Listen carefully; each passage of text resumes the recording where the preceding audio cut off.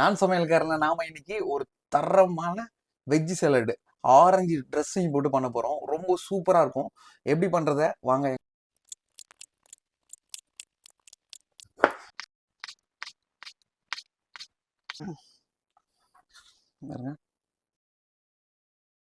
பண்ணிக்கலாம்.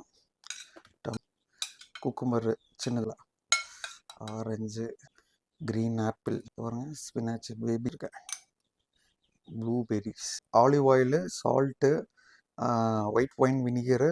ஸோ எவ்வளோ ட்ரெஸ்ஸிங் தேவையோ நல்லா பாருங்கள், நல்லா மிக்ஸ் பண்ணிக்கங்க. கொஞ்சமாக கோட் சீஸ், நான் அவரை வந்து நீங்கள் ரவுண்டாக எடுத்துனுவாங்க.